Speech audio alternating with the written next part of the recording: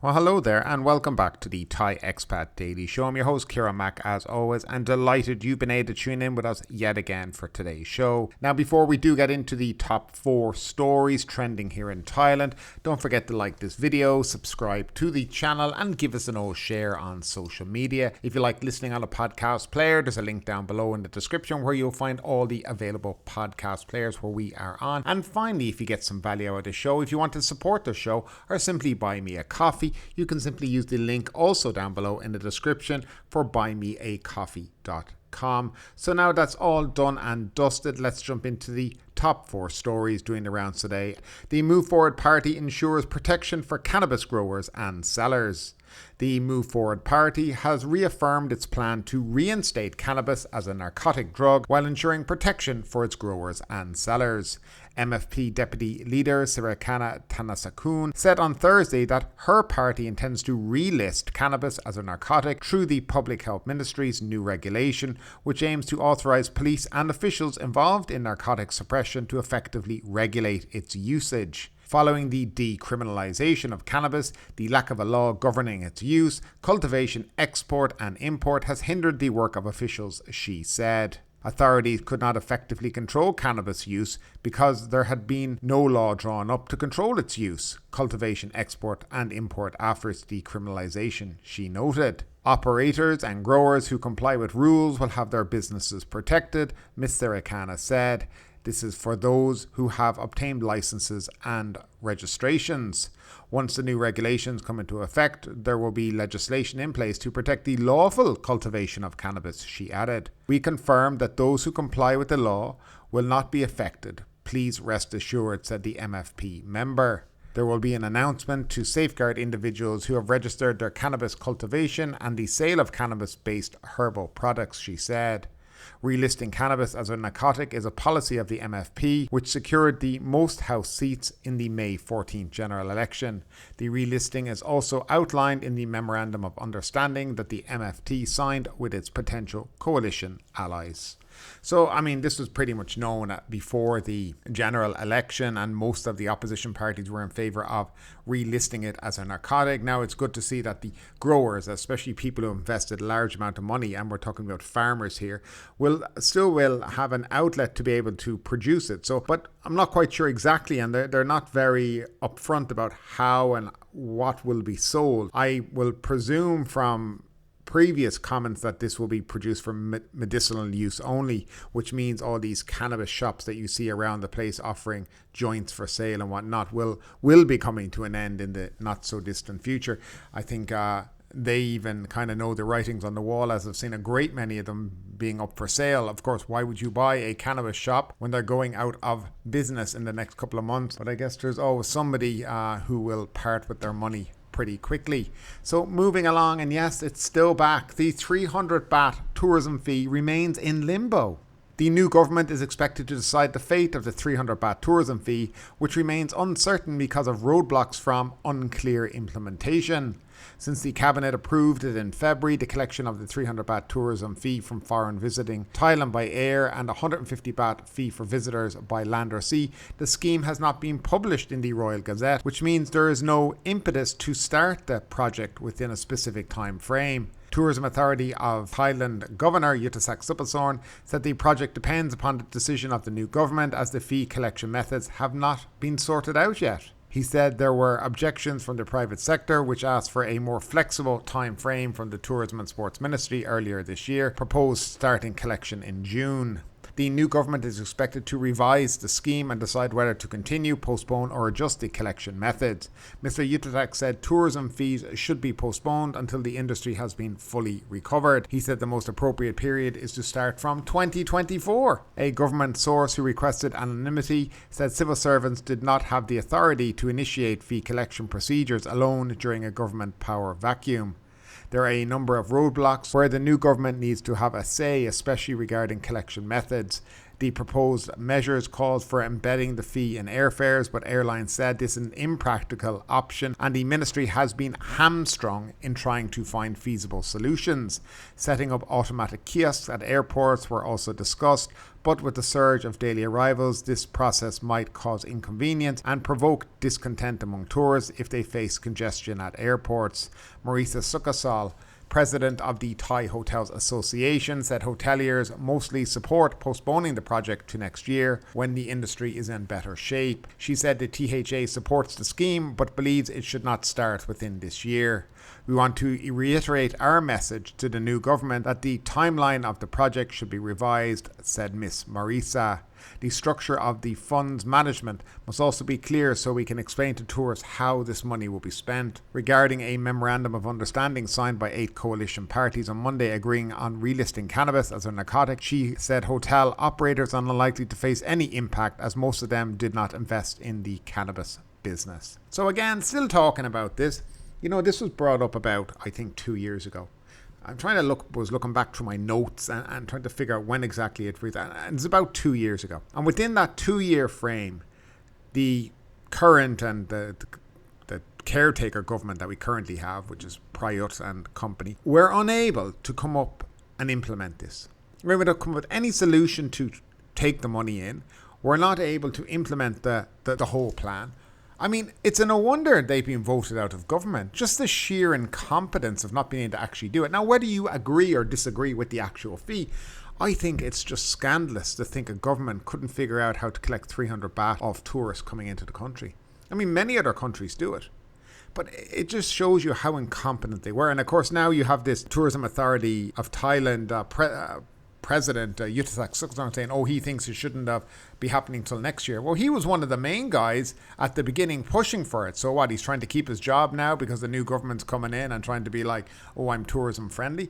I'm not quite sure I buy it, Mr. Yuttasorn. So what exactly is the future of this? If I'm going to give my personal opinion here on it, what I think about this, I don't think we're ever going to see the light of day. I believe we have been talking about this 300 baht fee for the last 2 years for nothing, because I don't think it's ever going to see the light of day. I think the current government coming in know that it's probably not the brightest and wisest thing to do, but you see the last government, when they said something, they had to keep going to the end because they could never say they were wrong and do a U-turn on it. Whereas I think this government now have the chance at the very beginning to say, no, this is a ridiculous idea. Let's just focus on, kind of sustainable tourism. Let's focus on making people happy coming to this country and dealing with the real problems in the country, not trying to figure out how we can collect 300 baht off tourists and not charge Thai people at the same time and all the different things that go with it. I think it's probably wise to think that this may be the last we see of the 300 baht fee, but I'd love to know your opinion about it all down below. Do you think we're actually ever going to see a time when they'll collect this fee, or do you think this has just been the biggest waste of time over the last 2 years? I'd love to know your opinion, as always, guys, down below in that comment section. And moving along now, the Thai Immigration Bureau intensifies its crackdown on overstaying foreigners. So if you're on overstay, guys, in the country, you could be next. In their most recent effort to crack down on overstaying foreigners, the Thai Immigration Bureau delivered a robust display of enforcement. On May 19th, a brief was held to share the results of the Bureau's diligent operations, in attendance with various high-ranking officials, including the Commissioner of the Immigration Bureau, his deputies and other members of the force. They presented an in-depth review of the actions taken during the enforcement period, revealing a significant uptake in the number of arrests made. Now, from May 4 to 13th, the Immigration Bureau apprehended a total 1,272 overstaying foreigners. This number marks a remarkable increase of 62% in comparison to previous data. This surge in numbers underscores the effectiveness of the Bureau's concerted efforts in addressing the overstay problem, which has been a point of concern for the Thai authorities for some time. During the last enforcement period, spanning October to November of the previous year, a total of only 785 cases were recorded. In comparison, the latest figures demonstrate a dramatic increase in the number of successful apprehensions. This surge can be attributed to the Bureau's intensified efforts and strategy adjustment in tackling this persistent issue. The Immigration Bureau has been relentless in the mission to enforce immigration laws and regulations. To deter overstaying, the Bureau has been employing stricter measures and penalties for overstayers. This includes a ban from re-entering Thailand for a certain period of time, depending on the length of stay of the overstay. The success of this latest enforcement period shows that the Immigration Bureau's strict measures are yielding a positive result, giving a clear message to all foreigners residing here in Thailand to respect the country's immigration laws and regulations. These actions also demonstrate the Bureau's commitment to ensuring public safety and maintaining national security. The Bureau continued to warn foreign nationals in Thailand of the legal consequences of overstaying. It has embarked on a rigorous public information campaign and urges everyone to make themselves aware of their visa expiration dates and to adhere to the stipulated stay period. Moving forward, the Bureau plans to continue its robust enforcement efforts. It has signalled a commitment to invest in technology training and resources to further enhance its capacity to enforce immigration laws and to ensure the integrity of Thailand's borders. So that little piece is out of I'm not even sure what publication at the moment, though it seems like they may have written it themselves. But nevertheless, it does underscore the fact that they have apprehended more people on overstay in the last week than pretty much they have in the previous, 3 to 4 months. Now, where is this overstay coming from? I would have liked if the article had mentioned the top overstayers, the countries that they were coming from, because I think that would be shine a light on what exactly is going on and where they need to focus their efforts. I'm not going to speculate as to who are the top overstayers here in the country. Don't think without any kind of evidence you can do that. But I will say that people coming to this country, I think over the last couple of years, let's say during COVID and kind of after COVID, thought they could get away with overstaying in this country because the rules and regulations were so lax, because they were giving out, month, 2 month extension after extension. Remember those COVID extensions and everything. And I think a lot of people have got themselves in bother. Now, when you scan through a lot of these Facebook groups for visas in Thailand, or even just local expat groups here, Phuket expats, Pattaya expats, whatever. One of the main things that seems to be coming across is the amount of people who are looking for ways to stay in the country, but not really on the quite a legal thing. Like I saw a guy yesterday, actually it's a normal post you see every day these days, is well, he's done his 3 border bounces or 2 border bounces and he doesn't know what he's going to do next to get another 30 days.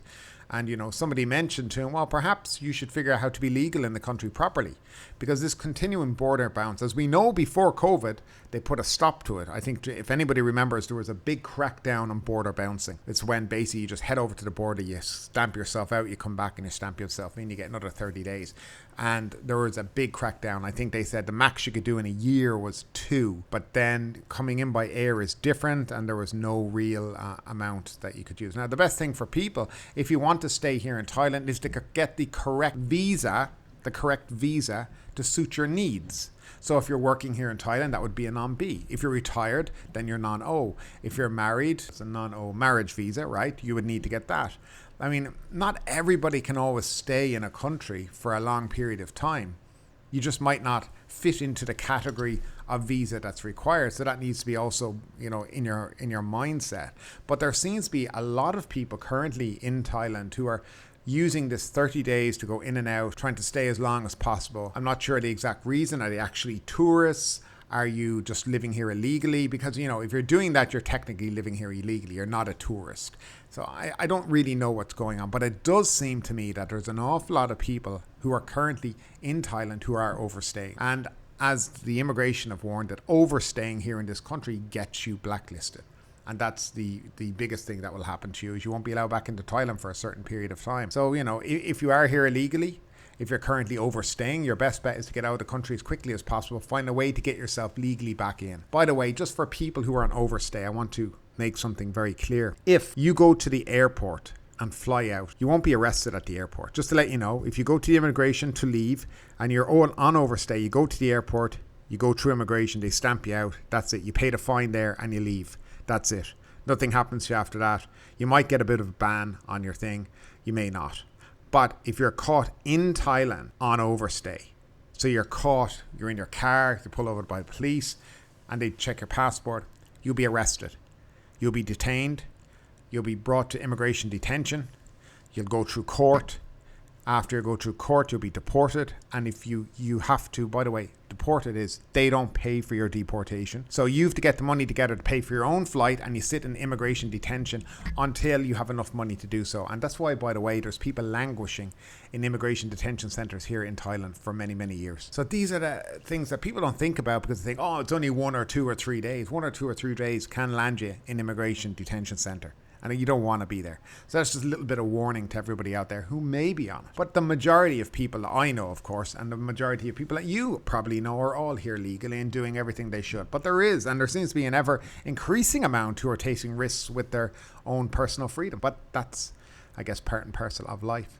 And finally, foul play has been suspected after a Grab taxi has been damaged in Patong. The latest episode in ongoing disputes between Phuket taxi drivers saw the wheel of a Grab taxi driver punctured last night, and an act of sabotage which the driver claims was done intentionally by rival providers. The incident occurred yesterday evening around 8:35 p.m. when the driver of the Grab taxi, Tanawanta Wanapat, dropped off customers at the Tri Trang Beach Hotel in Tri Trang Beach, Patong.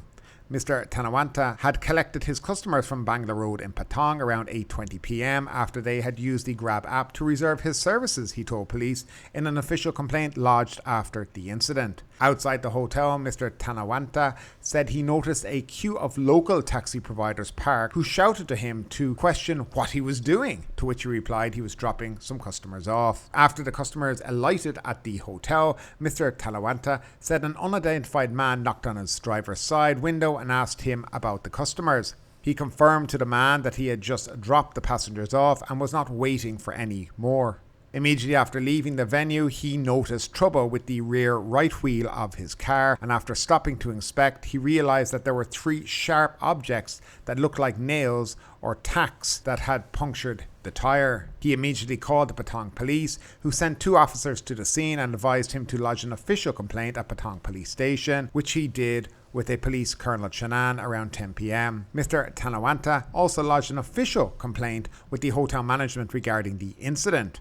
Although he had no direct proof, he was convinced this foul play was the work of the taxi drivers that were waiting in a line with their vehicles outside the Tri Trang Beach Hotel when he dropped his customers off, and that the sharp objects had purposely been positioned under his rear tyre to cause damage while the unidentified man had distracted him to allow this to happen. He disclosed that he had previously refused to pick up customers from the Tri Trang Beach Hotel after being warned about the conduct of local taxi drivers in the area, but though on this occasion he was only dropping off customers and not collecting them, it would not be any problem.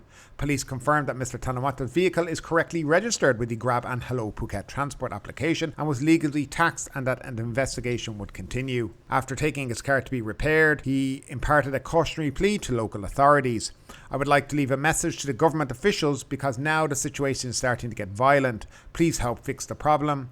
Let there be no more violent conflicts, he said. The incident came after the Move Forward Party MP-elect for Constituency 1 in Phuket, Somtar Chidawatharan, vowed to tackle the issue of taxi disputes, which has been going on for many months and has seen several flash incidents that officials fear will tarnish the image of Phuket. In a Facebook post on Tuesday, Mr. Somchart expressed concern about mafia behaviour by prohibiting other taxis from picking up passengers in their own queue area, behaviour which destroys the reputation of the province tourism industry. Mr. Somchart urged any people who experience such problems with taxi drivers in this constituency to take audio and video clips of the offending taxi driver and report the incident to Phuket City Police Station, as well as him directly. And this is the usual carry-on now here in Phuket. It's become common as day. Every day of the week it's going on. But what's interesting is that I know he's filed complaints about the hotel, but as he dropped those guests off at the front of the hotel, I can guarantee you there's CCTV in the front of that hotel. Guarantee you. So it should be easy for the hotel to be able to give the CCTV footage, find out who did it, and have him arrested and fined for whatever he's done, for whatever the perpetrator of the crime did. Of course, the hotel probably are too scared to do that for fear of what might happen with the taxi drivers, because that's exactly how they operate. They operate under the fear of violence and intimidation. And this kind of thing does need to be stopped very soon. Now, on a positive note, the 3 Move Forward Party MPs who just recently got elected have been making splashes already, have been focusing on Phuket issues. And even though they're not even part of the parliament yet, they've been going down to police stations demanding to know what police are going to start doing about it, demanding to know what local authorities are going to do about local issues and getting things sorted. So it is promising that you see MPs starting to be involved in the area, because in my 10 years here in Thailand, I've never once heard of an MP from Phuket ever even pop up and talk about anything. So it's good to see these guys making some sort of a splash, starting to make an impression on the local community. They've been voted in by the people of Phuket to do a job for the people of Phuket, and it's good to see them taking an interest in local issues. Hopefully it will continue once they do get elected and confirmed as to be an MP, and go to Bangkok and don't disappear. But it is certainly positive steps. As for the taxi drivers,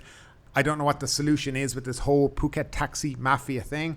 I really don't know what. They've allowed it to get so out of control now that I'm not sure there is even a solution to it all. But anyway, that's it for today, folks. Again, thank you for tuning in to the Thai Expat Daily Show. Don't forget to leave your comments all down below in the comment section, and we'll see you again tomorrow. Have a great day and stay safe.